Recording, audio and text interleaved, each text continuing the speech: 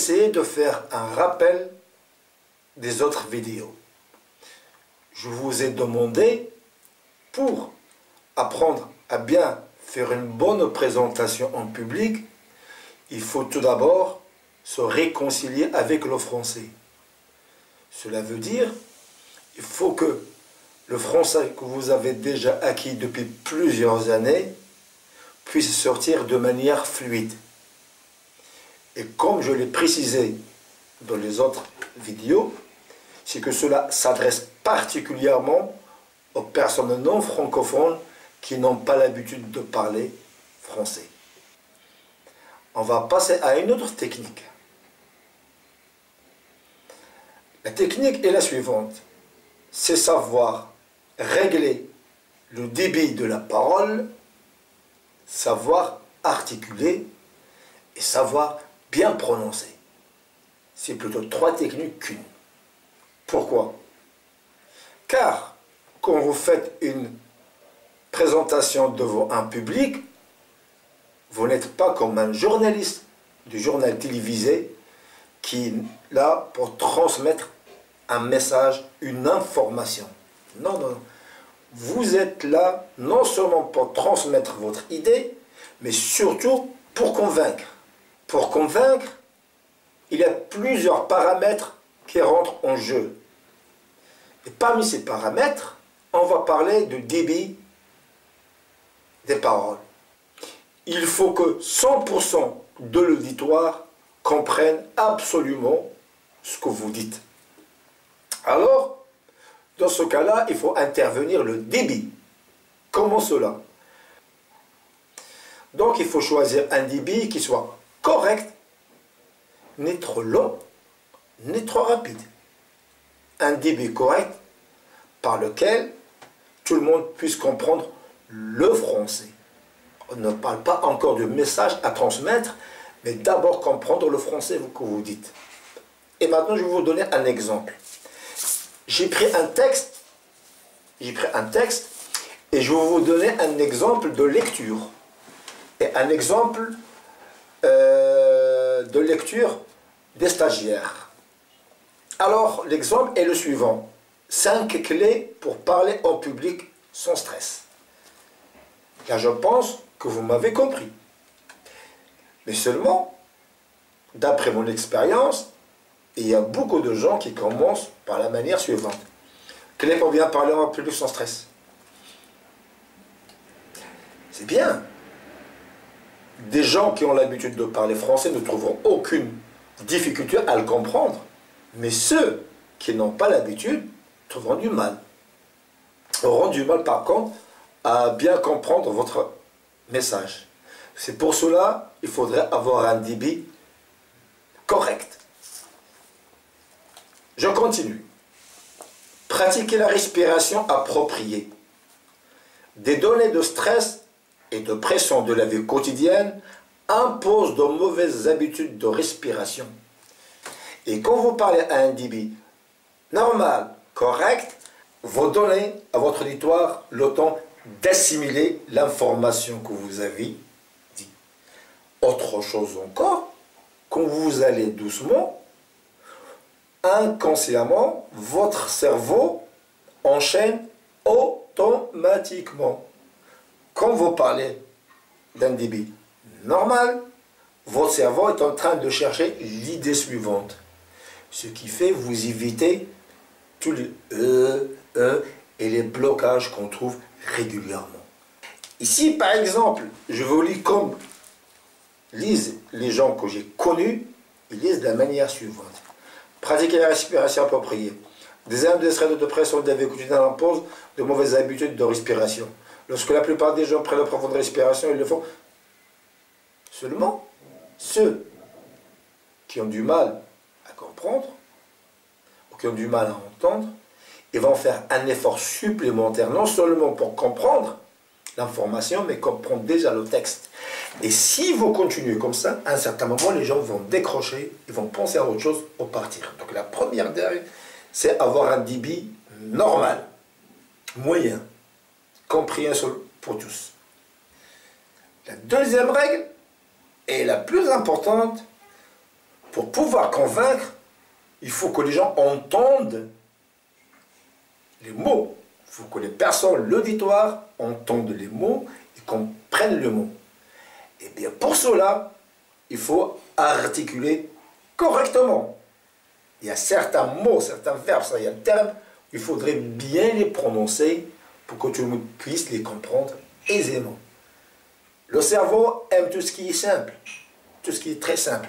Si vous facilitez la compréhension à votre auditoire, si vous donnez des informations facilement assimilables à votre auditoire, eh bien,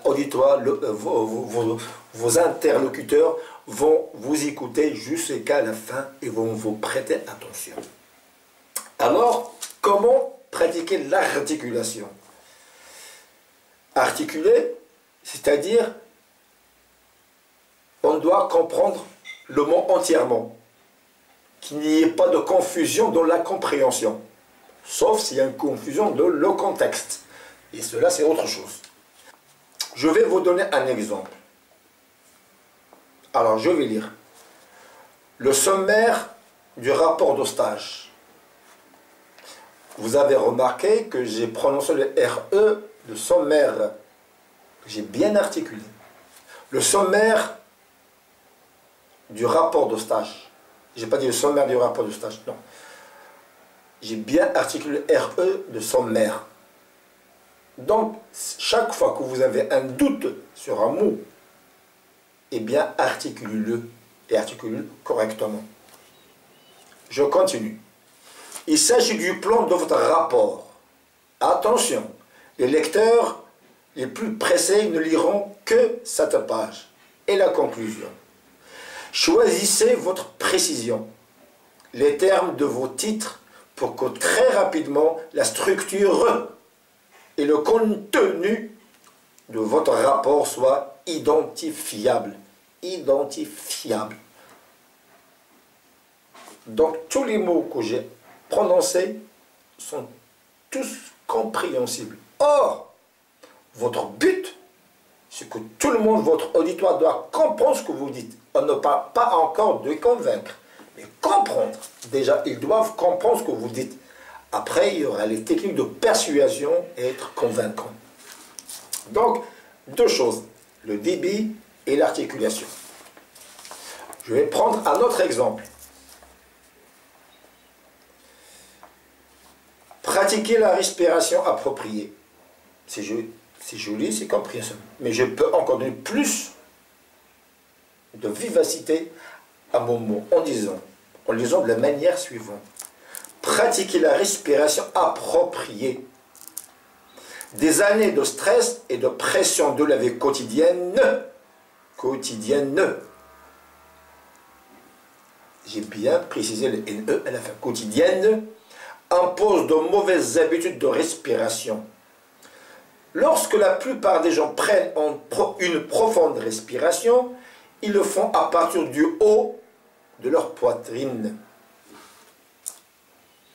Cela étire, j'ai pas avalé RE à la fin, cela étire leur estomac et élève leurs épaules.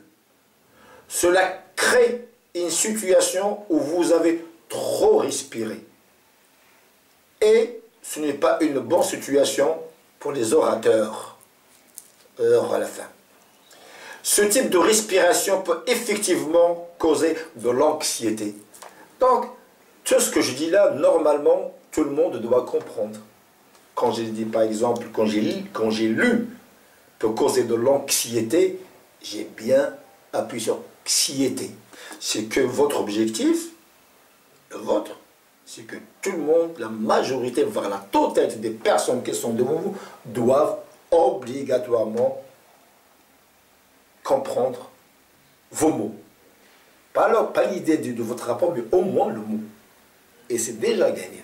Donc, on a parlé du débit, on a parlé de l'articulation, et puis j'ajouterai une autre chose, pour les non-francophones.